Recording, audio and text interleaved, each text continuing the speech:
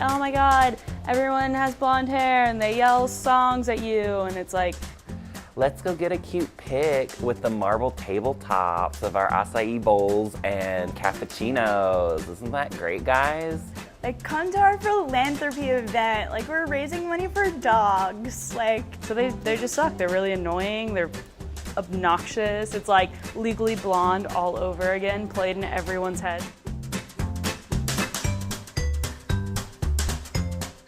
So much beer. It's like Kenny Chesney's songs and short shorts. Hey bro, do you like my Vespa? I just got it. Yeah, I like to drive it to Mystic and pick up some cigs. Probably works out a lot, probably drinks a lot of protein shakes. They have like a douchey look to them.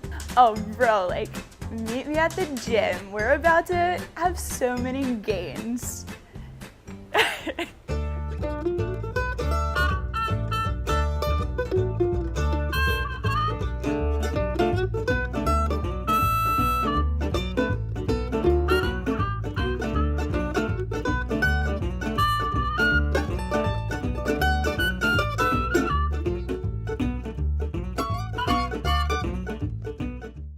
In order to examine the Greek life culture on college campuses today, one must understand that fraternities and sororities have been around for quite some time. Fraternities were established over 240 years ago, while sororities have only been around for 148 years. Originally, Greek life was created for literary and social purposes, but unfortunately, over the course of time, fraternities and sororities seem to have lost these traditional connections from their early establishment. Rather than bettering the community around them, Greek life members today seem so fixated on their overall status, title, and physical appearance. Sadly, these new fixations have created a breeding ground on college campuses in which ill behaviors are influenced, such as entitlement, rape culture, binge drinking, eating disorders, forms of toxic masculinity and femininity, and many more. One of the reasons for this disconnect can be blamed on media. Movies and television shows have created these awful stereotypes of fraternity and sorority members. I state your name. Do hereby pledge allegiance to the frat. Do hereby pledge allegiance to the frat. With liberty and fraternity for all.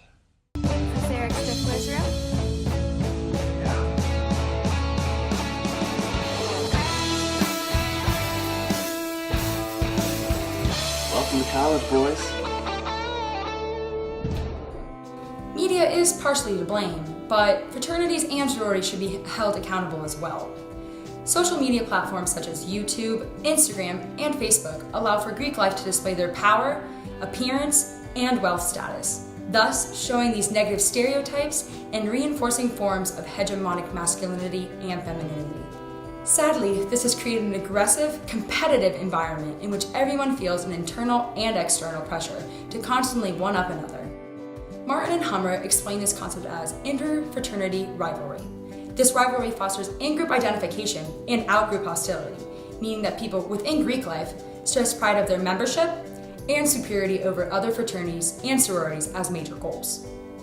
These rivalries take on many forms. Some include size of pledge class, throwing better parties, appearance of the fraternity house and or sorority house. But why do members feel this way? And what issues could this cause later down the road? I think Greek life is really almost built on a pressure. That if you're in a technically better sorority, you are better than other girls and therefore should reflect that. You're always trying to beat another fraternity in some other shape, form, or way. It's hidden. It's not in the public eye, but when you get in there, you definitely feel those pressures to maintain a certain look. I mean, until we look at the Greek organization like as a bigger picture, I think it'll kind of be something that remains kind of behind closed doors.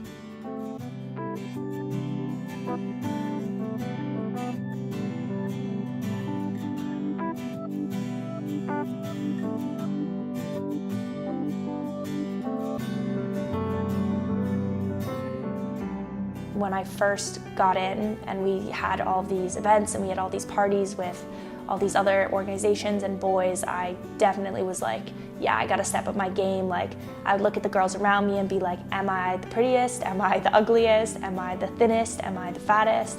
And it was just a constant comparison.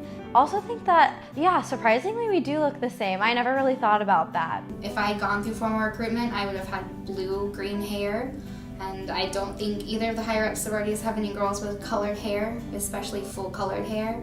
And I don't think a lot of them have a lot of super curvy girls either. Like, I don't think there's anyone in any of the like top sororities, unfortunately, that are more on like the heavier side or more curvy people. Like, I'm one of like the curvier ones in my organization, and I'm not even like that big, but I still feel like uncomfortable about my body at times. So older people that used to be in the organizations, you know, like they liked the way it was going, how things were set up, and they wanted to kind of, like they liked their image on campus or whatever. And then so that kind of transfers into like that internal pressure that like, hey, we need to recruit this way so that we can keep like this image, like we don't want these types of guys or girls. There's this one ritual in a sorority where they sit on a washer and they put shoes into it, and they put it to the highest tumble setting, and they circle the girls' fat around them, and they tell them they have to get rid of that. We were trying to recruit the best pledge class, but I definitely think part of that is, as I said before, the prettiest pledge class. We were a certain type of girl that recruits a certain type of girl, and it kind of just goes on like that.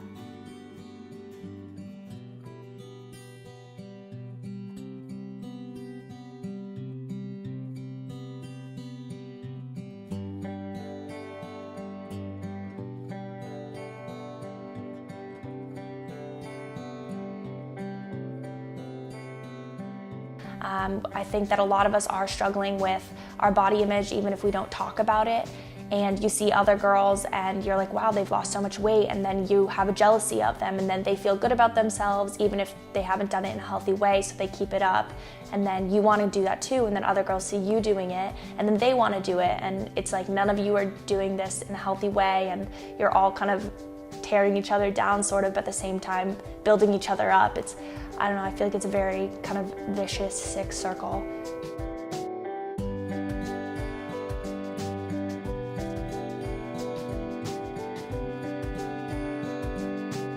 Unfortunately, like, it is something, because when you're surrounded by so many like beautiful women, you're like, shit, like that's not me, and you're trying to look like them. And when you're surrounded by so many of them, because there's what, like 70 girls in an organization, and you don't look like them, you start to like deflect and like think about it like on yourself, and then you like kind of put it on other people. The Greek system as a whole, just like I knew that like since I was in a fraternity, I was gonna be like talking to a lot more sorority girls, having a lot more parties with sorority girls, you know, going on formals and stuff. I would work out to where at the end of the day I would feel dizzy. My hearing was bad because I was pushing too hard internally. I would get stretch marks on the outside, and blood flow wasn't the same. When I did cardio, I would make sure I would throw up after I was done working out.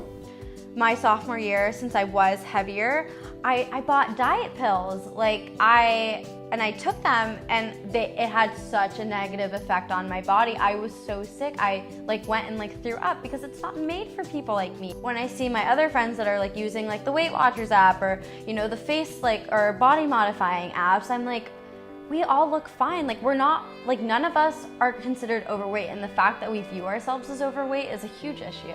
Or people are like, oh, did you pull trig? Like, it's like a normalized thing. When people are like, oh, did you do that? Like, but I don't know, sometimes I think people just like do it without thinking. Because it's so ingrained, it's so normalized.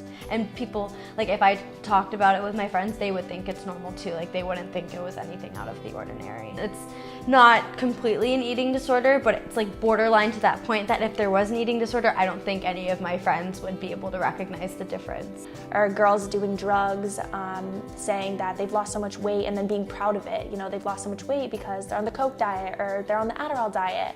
And they don't feel bad about it, they feel great about it. And I think that's one of the worst parts, is they can't even realize what they're doing is bad for them.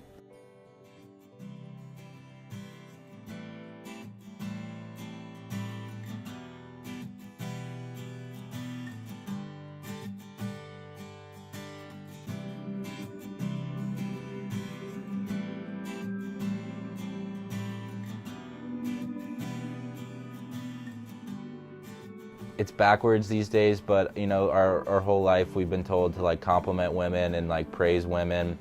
I know within like a group of guys, like there'll be a lot of praise to thin women and then a lot of like berating of overweight women, and it's messed up to say, but it just kind of seems normal at this point. Getting praise and continuing harmful behaviors, you're getting praise for doing these harmful things.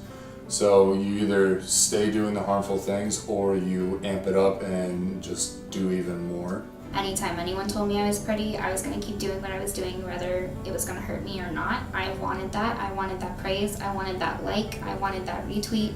I wanted anything and everything that would give me some sense of I belonged here. And I think especially with girls who are stuck in that past life that I was in, you know, throwing up or taking things or dieting all the time, if someone says they look good, they're going to remember that, they're going to hold on to it, and they're going to keep doing what they're going to do until it hurts them. And it actually, for me, kind of just reinstated, like, yep, I'm doing what I need to be doing, and I honestly would probably brush it off and say, no, like, I'm not, or whatever, but it would mean something to me, and it would just instill, like, I need to keep doing this. People are starting to notice, so I need to do it more so that more people notice. It sucks because like I'm kind of waiting for people to tell me that I look good again, and I shouldn't be waiting to hear that.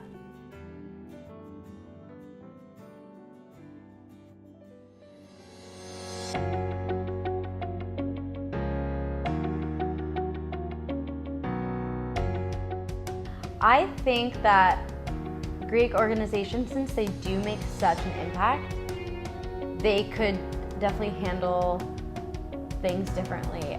In my sorority, we have an open recruitment, which is different than informal recruitment because you can come wearing whatever you want, and you come in and you just talk to the sisters. There are no rules, there are no regulations from either perspective.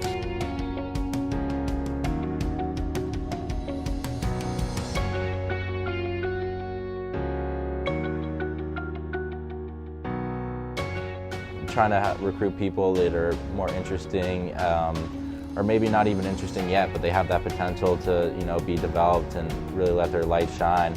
And I think we could be a great catalyst for more of a positive body image kind of ideal on campus. And I do think that more body workshops should be implemented, especially in sororities. I don't know if speakers could come, or even just girls in the sorority could stand up and share their own stories, just to make the rest of us feel like we're not alone, or we have someone to talk to, and that it's normal to feel not good about yourself sometimes, and it's okay to reach out for help. Fraternities, I guess, you know, there's sort of that ideal that you always have to impress women, and you know, impressing women, just like impressing the sorority girls, it doesn't come from just being jacked, like going to the gym and like looking a certain way. You know, yeah, like you look good, but I mean, at the end of the day, that's not really what makes personal connections. Or maybe just like an open forum or talk where girls who are, you know, different sizes, different ages, and different sororities come from different walks of life, may even have different gender identities, and to talk about what it's like to actually have a female body and how you can view your body, who may be different from somebody else's, as your own and as beautiful. I know it may be hard to believe now, and you may want the attention from a boy or from older girls or whoever, but really, like, you really are fine, and don't feed into it. And if you see your friends like bashing themselves, try to break the cycle, because I honestly wish I could go back and do that, because if I could have broken the cycle with my friends and made them feel more comfortable, I feel like my friends and I would be a lot happier.